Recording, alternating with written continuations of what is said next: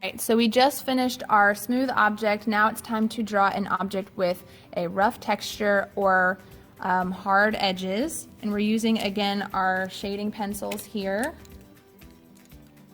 All right, so again, we have a variation of pencils that go from 2H to 6B, again, even numbers only.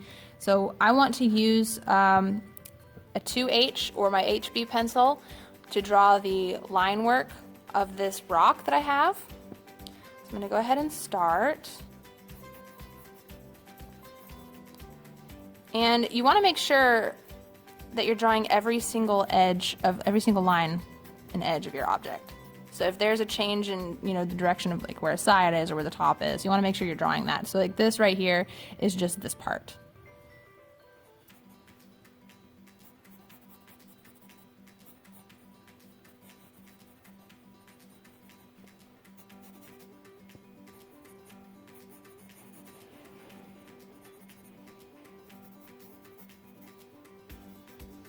I'm not a fan of that, so let me fix this. And I'm going to repeat this phrase a lot, but drawing is just putting lines in the right spot. So if you don't put it in the right spot, just erase it and figure out where it goes.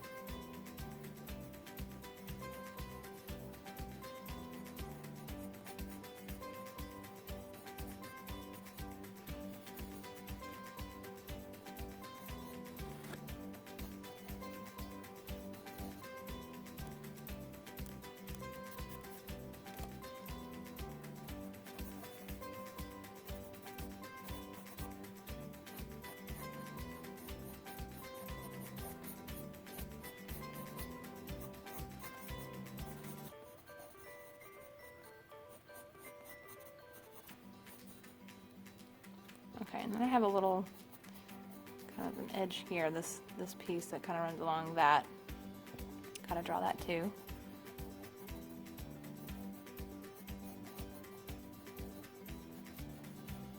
Okay, now that I have the line drawing done, I got to start shading.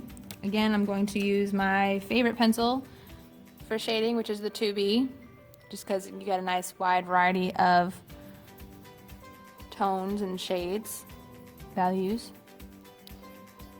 Now, for an object with rough texture or hard edges, you're not going to blend, if at all. You may blend a little bit, but really not much. So you want to kind of use your shading techniques, and remember those are hatching, cross hatching, contour hatching, stippling, scumbling. So like my rock, it looks like I could go with either hatching or scumbling. And I think I'm going to do scumbling, maybe a combination of hatching. Have not decided yet.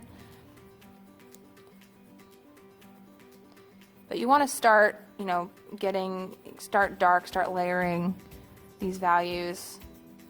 Just figuring out where those shadows go. Don't immediately go too dark. Just kind of lay out where the shadows are.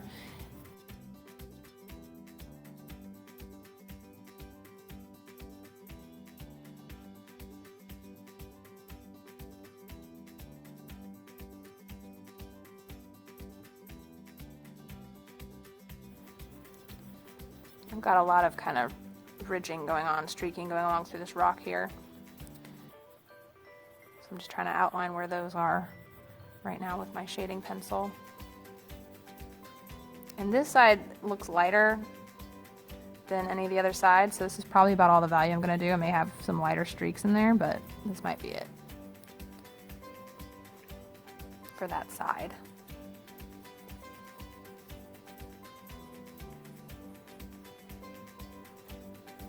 And this side down here, this piece, has a good bit of shadow on it, so I want to make sure that this side here is contrasting, since it contrasts here. You got light and then kind of a medium dark.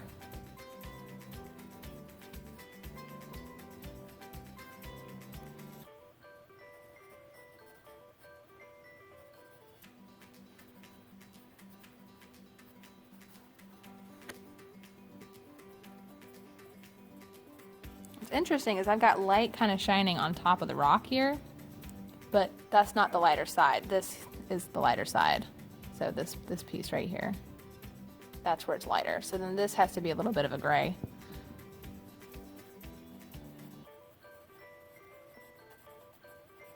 So I'm keeping my marks kind of loose. I want them to read that that's not, you know, a smooth texture, that there's a real kind of, like if you moved your finger over it, your skin would catch a little on it. That would be considered a rough texture.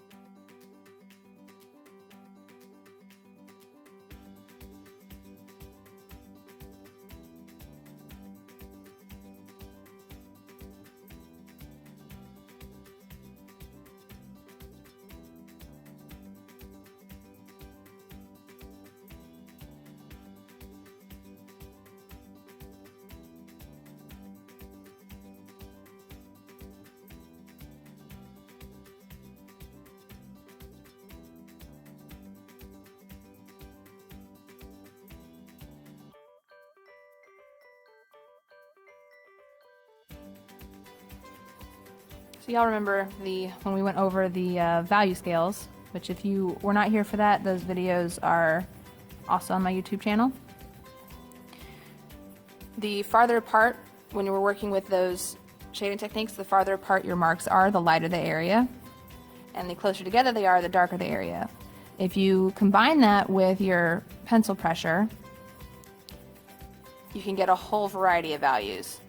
So I'm keeping my pressure light, but I'm kind of keeping also the marks a little closer together. When I want to go a little lighter, then I'll move the marks farther apart. But for these other areas, I'm keeping the marks again closer together, but I'm also pressing harder, so they're reading a little differently.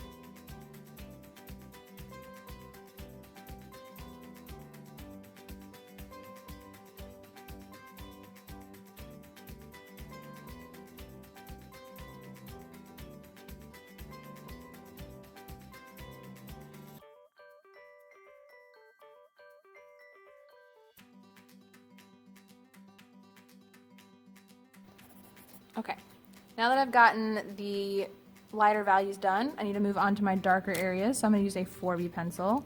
So these areas, like especially in this spot, got to darken up these edges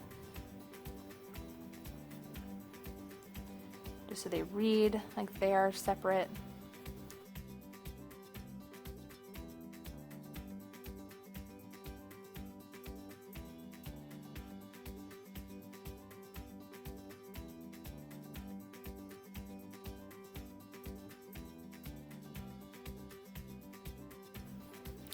Okay, and then I just have this side left to do. So there's a little bit of a piece here that's kind of tucked underneath. And then I've got a lot of streaking this way.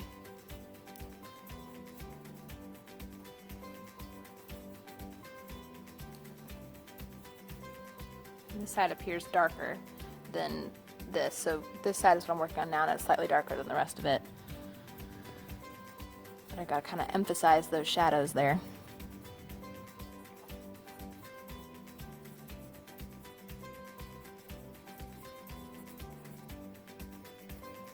As well as the streaks that are kind of, because the streaks go in a different direction, they're kind of more side to side than the rest of the rock is. The rest of the rock is more up and down.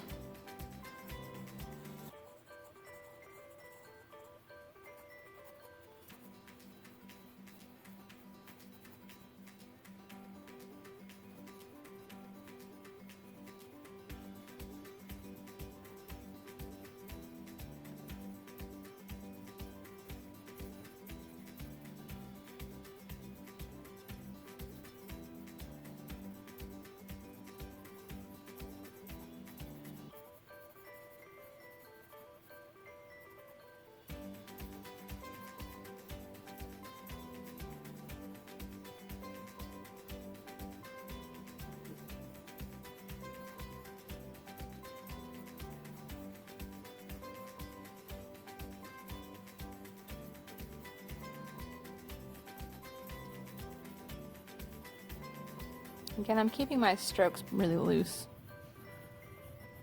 Okay. So, again, I'm not going to draw every single shadow because, I mean, that's just really more than you need. Because, again, in an ideal situation, you would have one light source, so you wouldn't have a whole bunch of shadows. So since I've got highlight kind of on this side, the shadow's here, but I have a shadow on this side right here that kind of makes sense because, again, the lights, I got a lot of light on this side. So you want to make sure that your shadow is on the opposite side of where your light is. So I'm just going to kind of start it over here because it starts down here. Curve it out this way. And it kind of tucks in behind, oh, hold on, that line's a little off. Fix that. Tucks in behind that point up there at the top. All right, so since my shadow is casted on a smooth surface, again, shadows do not have texture. The surface they're casted on has texture, so my shadow's casted on a smooth surface. That makes my shadow smooth. So I gotta make sure I'm shading it in smooth. I'll be blending it just to make sure that it remains kind of fuzzy, soft looking. Now, it is lighter than the rock. So I'm having to put it dark here so that it contrasts with this and you can see that edge, but it has to be lighter than this. Just so I don't lose those edges. You want to make sure you're keeping your values varied.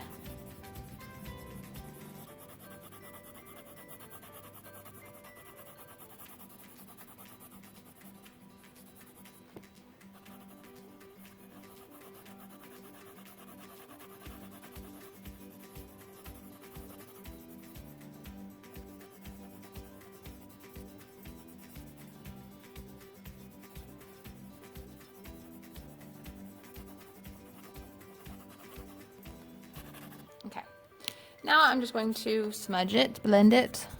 So smudge it with my blending tool, blending stump. So blending stumps are characterized by this double end point. So it's got two ends that are pointed. Tortillons only have one end that's pointed. The other end's flat. They look like rolled pieces of paper.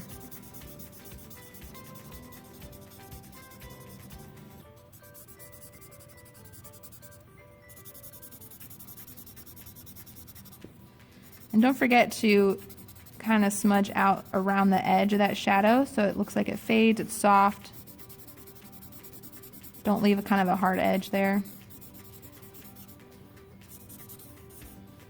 All right, there you go. That is the rough texture or hard-edged object. Last, we are going to be doing the folded fabric.